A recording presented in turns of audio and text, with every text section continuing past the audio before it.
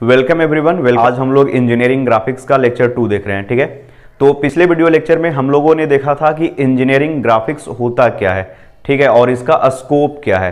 तो बताए थे कि इंजीनियरिंग ग्राफिक्स एक लैंग्वेज है इंजीनियर्स का, जिसके द्वारा कम्युनिकेट किया जाता है दो पर्सन के बीच में, दो ऑर्गेनाइजेशन के बीच में, या दो माइंड के बीच में। बताए थे कि एक डिजाइनर होता है, एक मैन्युफैक्चरर होता है। मतलब एक कुछ डिजाइन करता है, कुछ सोचता है, और दूसरा उसको मैन्युफैक्चर करता है। तो जो भी कुछ सोचा जाता है पहले उसको पेपर पे ड्रॉ करते हैं और ड्रॉ करके उसको सेंड कर दिया जाता है। मैन्युफैक्चरर उसको देखकर समझ जाता है कि इसको बनाना कैसे है। तो दो माइंड के बीच में जो कम्युनिकेशन होता है वो जिस लैंग्वेज के द्वारा होता है उसको हम लोग इंजीनियरिंग ग्राफिक्स बोले थे। ठीक है, तो बोले थे या बताए थे कि जब भी कोई लैंग्वेज को सीखेंगे तो उसमें कुछ उसके ग्रामर्स होंगे और उसका कुछ रूल्स होगा। ठीक है, मतलब अगर आपको कोई लैंग्वेज सीखना है तो उसके ग्रामर्स को या रूल्स को पढ़ना होगा। तो इंजीनियरिंग ग्राफिक्स में हम लोग वही पढ़ते हैं कि एक ग्राफिक्स जो इंजीनियरिंग ग्राफिक्स एक लैंग्वेज है, या इंजीनियरिंग ड्राइंग जो एक लैंग्वेज है, तो उसके क्या रूल्स है और क्या ग्रामर्स है। ठीक है, तो आज हम लोग आज के इस वीडियो लेक्चर में कुछ इंपॉर्टेंट टर्म्स जानेंगे इंजीनियरिंग ग्राफिक्स से रिलेटेड। ठीक है, तो आप लोग ऑलरेडी पढ़ चुके हो पॉइंट क्या होता है, स्ट्रेट लाइन क्या होता है। ठीक है, बचपन में या क्लास 8, 9, 10 में पढ़े होगे कि पॉइंट एक स्पेस है, पॉइंट जिसको बिंदु बोला जाता है। पॉइंट एक स्पेस है जिसका कोई डायमेंशन नहीं होता। ठीक है, point is a dimensionless space, जिसकी लंबाई चौड़ाई ऊंचाई कुछ नहीं होती है, उसको पॉइंट बोला जाता है। ठीक है, ये ऑलरेडी आप जानते हो। स्ट्रेट लाइन किसको कहते हैं? तो दो पॉइंट के बीच का जो शॉर्टेस्ट डिस्टेंस होता है उसको स्ट्रेट लाइन या सीधी रेखा कहा जाता है। फिर से सुनिएगा, स्ट्रेट लाइन किसको बोलेंगे? तो दो पॉइंट के बीच में जो शॉर्टेस्ट डिस्टेंस होगा उसी को स्ट्रेट लाइन बोलेंगे। ठीक है, तो ये सब ऑलरेडी जान चुके हो। अब इसके बाद देखना एंगल किसको कहते हैं। ठीक है, ऑलरेडी ये भी आप जानते हो, बट थोड़ा थोड़ा पढ़ लेते हैं बेसिक्स के बारे में। ठीक है, पहले ट्रायंगल, रोम्बस, पॉलीहेड्रॉन, थोड़ा थोड़ा जो 2D और 3D होगा, प्रिज्म, पिरामिड, ये सब के बारे में इंट्रोडक्शन दे देते हैं। ऑब्जेक्टिव क्वेश्चन पूछ दिया करता है। ठीक है, तो बेसिक जब कंप्लीट हो जाएगा तो आगे हम लोग इंजीनियरिंग ग्राफिक्स पढ़ेंगे। एक या दो लेक्चर में कंप्लीट कर देंगे बेसिक्स को, उसके बाद फिर हम लोग अपना सिलेबस स्टार्ट करेंगे। तो देखना, angle is formed by two intersecting line, it is measured in degree. दो लाइन इंटरसेक्ट करेगा, लाइन 1 और लाइन 2, तो इसके बीच में जो झुकाव होता है, इसके बीच में जो इंक्लाइनेशन होता है, उसी को एंगल बोला जाता है। ठीक है, तो जब जब दो लाइन कट करेगा तो उसके बीच में जो झुकाव होगा उसको एंगल बोलेंगे। तो एंगल कब बनेगा? जब दो लाइन इंटरसेक्ट करेगा। ठीक है, और इसको हम लोग डिग्री में मेजर करेंगे। जब जब दो लाइन इंटरसेक्ट करेगा तब तब एंगल्स बनेंगे। ठीक है, एक एंगल ये है, दूसरा एंगल ये, तीसरा ये और चौथा ये। ठीक है, तो पहला एंगल होता है ऑब्ट्यूस एंगल। तो जब थीटा का वैल्यू 90 डिग्री से ज़्यादा हो तो उसको ऑब्ट्यूस एंगल बोलते हैं। जब 90 डिग्री के बराबर हो तो राइट एंगल, और एक्यूट एंगल बोला जाता है जब थीटा 90 डिग्री से कम हो। ठीक है, तो ये तीन तरह का एंगल है जिसका हम लोग यूज़ करेंगे। आपको ये वर्ड्स जो है obtuse angle, right angle, acute angles बार बार रिपीट होंगे, तो इसके बारे में जान लीजिए कि जब थीटा यानी एंगल का वैल्यू 90 डिग्री से ज़्यादा होगा तो उसको ऑब्ट्यूस एंगल बोलेंगे। जब थीटा का वैल्यू 90 डिग्री होगा तो उसको राइट एंगल बोलेंगे, और थीटा का वैल्यू जब 90 डिग्री से कम होगा तो उसको एक्यूट एंगल बोलेंगे। और एंगल कब बनेगा? जब दो लाइन इंटरसेक्ट करेगा।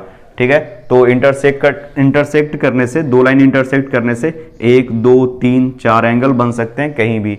ठीक है, और ये चारों एंगल में कुछ राइट एंगल भी हो सकता है, कुछ ऑब्ट्यूस एंगल भी हो सकता है, कुछ एक्यूट एंगल भी हो सकता है। तो ये टर्म्स बार बार यूज आएंगे, तो इसको याद रखिएगा कि ऑब्ट्यूस एंगल किसको कहते हैं, राइट एंगल किसको कहते हैं, और एक्यूट एंगल किसको कहते हैं।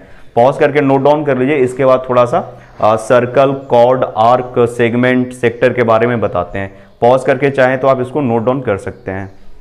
अब हम लोग नेक्स्ट देखते हैं कि सर्कल किसको कहते हैं, व्हाट इज सर्कल।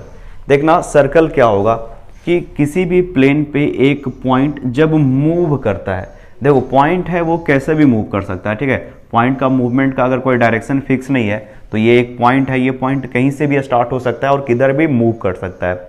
लेकिन जब एक पॉइंट किसी फिक्स्ड डिस्टेंस पे प्लेन पे मूव करे तब उसको हम लोग सर्कल बोलते हैं। ठीक है, ये जो डिस्टेंस है r, मतलब पॉइंट कहीं भी जाएगा, यहाँ पे रहे चाहे यहाँ पे रहे, इसका डिस्टेंस है वो ऑलवेज क्या रहेगा, कांस्टेंट रहेगा। ये जो डिस्टेंस है वो चेंज नहीं होगा। मतलब एक पॉइंट कुछ इस तरह से मूव करे कि उसका डिस्टेंस है हमेशा एक पॉइंट से क्या रहे, बराबर रहे, तब उसको हम लोग सर्किल कहेंगे।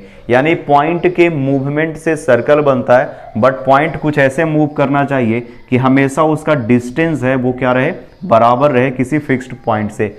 जो डिस्टेंस होता है, कांस्टेंट डिस्टेंस होता है, उसको रेडियस बोलते हैं, और जो फिक्स्ड पॉइंट होता है उसको सेंटर कहा जाता है।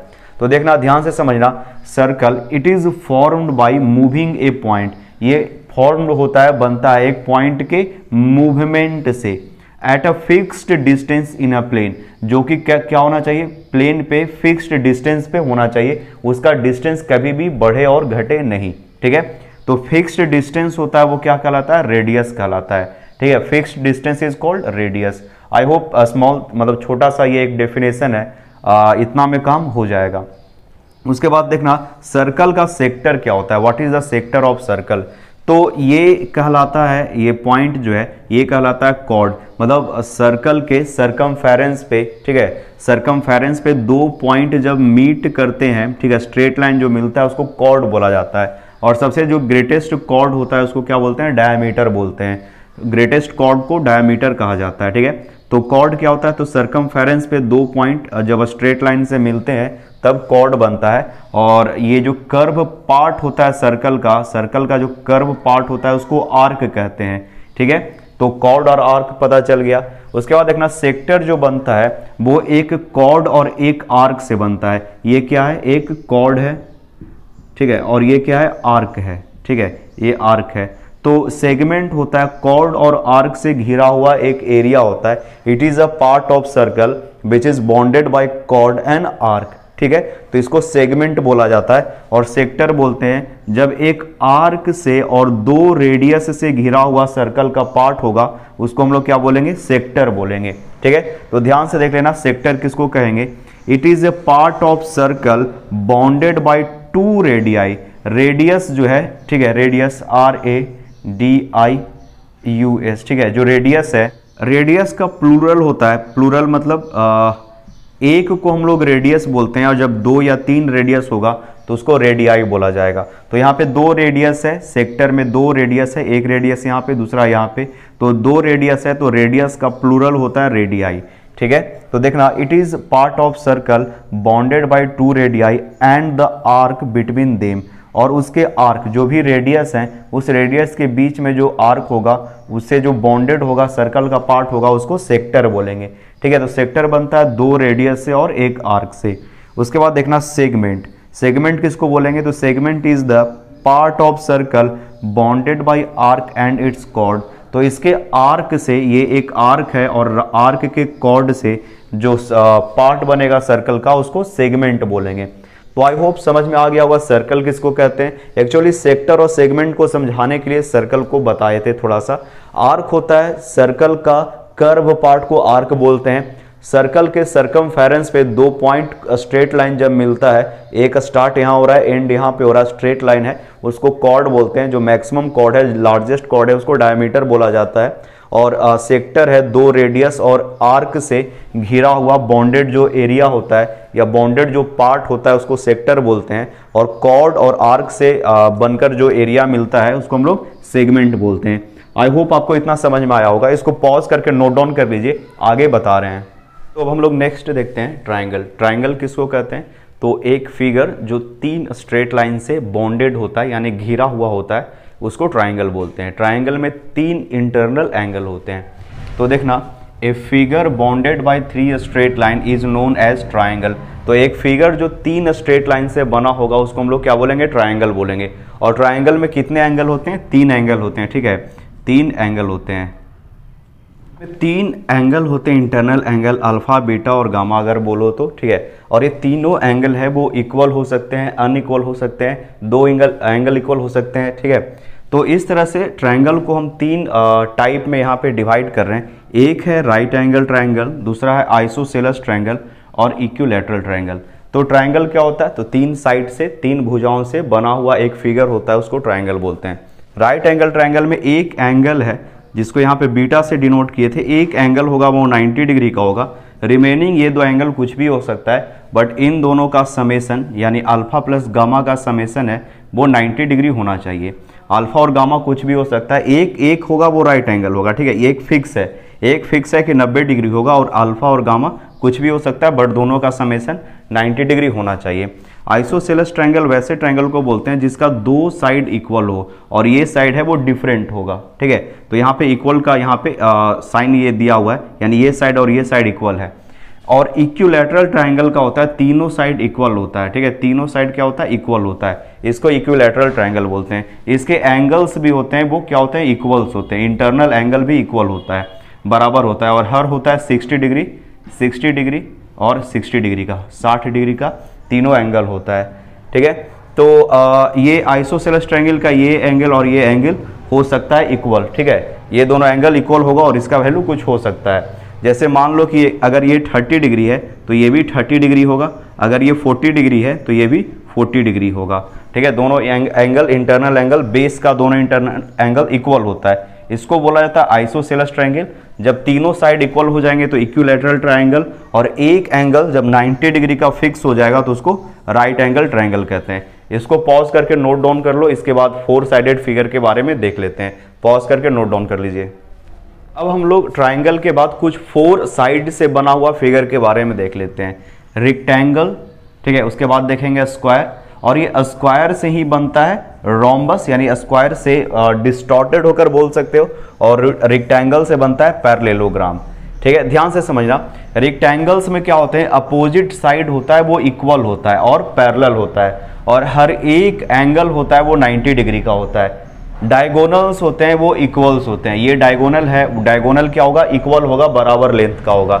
तो इसमें क्या होता है, अपोजिट साइड्स आर इक्वल, ठीक है। यानी जो इसके अपोजिट साइड होंगे, ये साइड और ये साइड इक्वल होगा, और ये साइड इक्वल होगा, ठीक है। ईच एंगल इज 90 डिग्री, हर एक एंगल होगा वो राइट एंगल होगा, 90 डिग्री होगा, ठीक है। और दोनों डायगोनल, ईच डायगोनल या 2 डायगोनल्स आर इक्वल, इसके डायगोनल से भी इक्वल होंगे।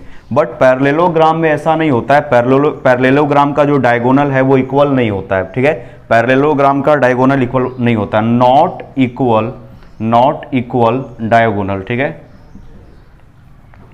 उसके बाद देखना, इसके जो अपोजिट साइड होंगे, अपोजिट साइड्स जो होंगे वो पैरेलल होगा, ठीक है। Equal, you can say it, equal होगा, पैरेलल होगा, और ये साइड और ये साइड क्या होगा, इक्वल और पैरेलल होगा, ठीक है। ये साइड और ये साइड इक्वल है और पैरेलल है, ये साइड और ये साइड इक्वल है, पैरेलल है, बट डायगोनल जो है वो इक्वल नहीं होगा।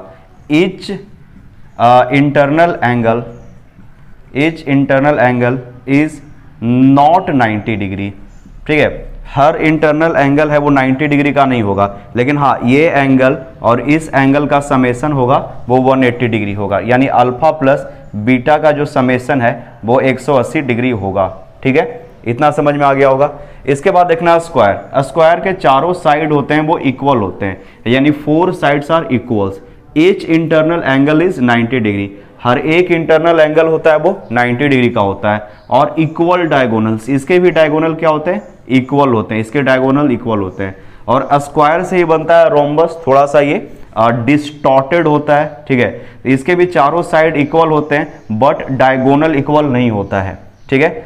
4 equal sides, opposite sides are parallel. ये साइड जिसमें स्टार लगा रहे हैं और ये साइड जो अपोजिट में है पैरेलल में है, ठीक है। और ये साइड क्या है, पैरेलल है। नॉट इक्वल डायगोनल, और इसके डायगोनल इक्वल नहीं होते हैं। तो याद रखिएगा कि रेक्टेंगल से पैरेललोग्राम बनता है और स्क्वायर से रोम्बस बनता है, ठीक है। और इसके पॉइंट्स जो है कुछ याद रखिएगा, 4 इक्वल साइड्स होते हैं, अपोजिट साइड्स होता है वो पैरेलल होता है, और नॉट इक्वल डायगोनल्स, और इसके डायगोनल्स इक्वल नहीं होते हैं, ठीक है। तो आई होप ये समझ में आ गया होगा। इसको पॉज करके नोट डाउन कर लीजिए। इसके बाद ट्रेपीजियम, ट्रेपीजॉइड और क्वाड्रिलेटरल है, ये 3 को और बता देते हैं, ठीक है। पॉज करके नोट डाउन कर लीजिए। अब हम लोग नेक्स्ट देखते हैं कि ट्रेपीजॉइड किसको कहते हैं, ट्रेपीजियम क्या होता है और क्वाड्रिलेटरल क्या होता है।